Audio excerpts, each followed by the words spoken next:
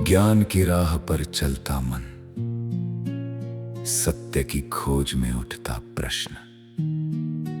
हमने ईश्वर को कैसे जाना और वो हमें कैसे समझाता है। वो शक्ति जो सब पर सक्षम है, अपने ही रूप में प्रकट हुई। मानवों के बीच मानव बनकर हमें ज्ञान, शिष्टता और मार्ग दिखाती रही। वो न हमसे कुछ लेता है, न हम उसे कुछ दे सकते हैं।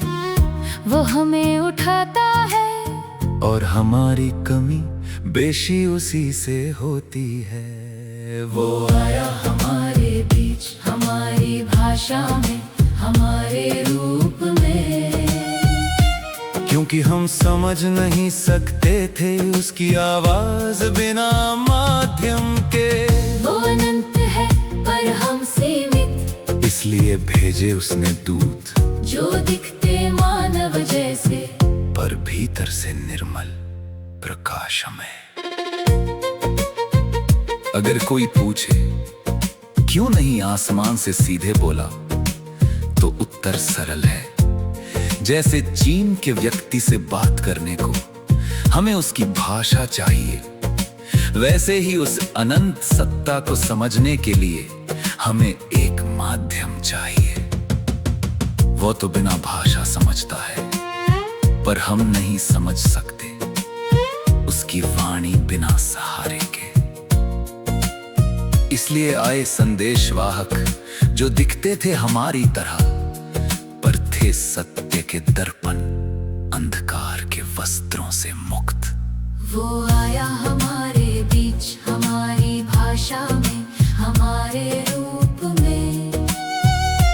क्योंकि हम समझ नहीं सकते थे उसकी आवाज बिना माध्यम के। वो अनंत है पर हम सीमित, इसलिए भेजे उसने दूत, जो दिखते मानव जैसे, पर भीतर से निर्मल प्रकाशमय। हम कमजोर थे, समझने में अक्षम, ज्ञान के बिना, प्रकाश के बिना। उसने हमें क्षमता दी, एक ही शक्ति, एक ही योग्यता। जिसने सुना, सीखा और अपनाया, वो ऊंचा उठा, निर्मल हुआ। जिसने अज्ञान चुना, वो अंधकार में गिरा। और जो बीच में भटका, उसे मानवता में उतारा गया, ताकि वह सीख सके, समझ सके।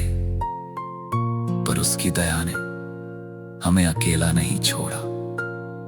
वह स्वयं प्रकट हुआ और भेजे दूत, नबी, फरिश्ते, बार बार हर युग में, ताकि सत्य स्पष्ट हो जाए। विश्वास करने वाला स्वयं को उठाता है, और अविश्वासी स्वयं को गिराता है। वो ना बढ़ता है ना घटता, हम ही बदलते हैं अपने कर्मों से।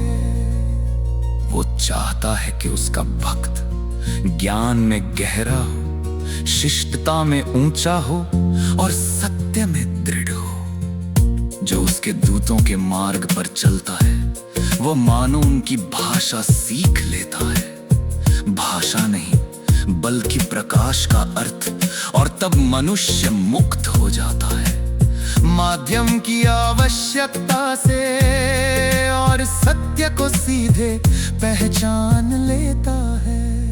आकाश का हर रहस्य धरती में अपना प्रतिबिंब रखता है, और जो समझ ले ये संकेत, वो सत्य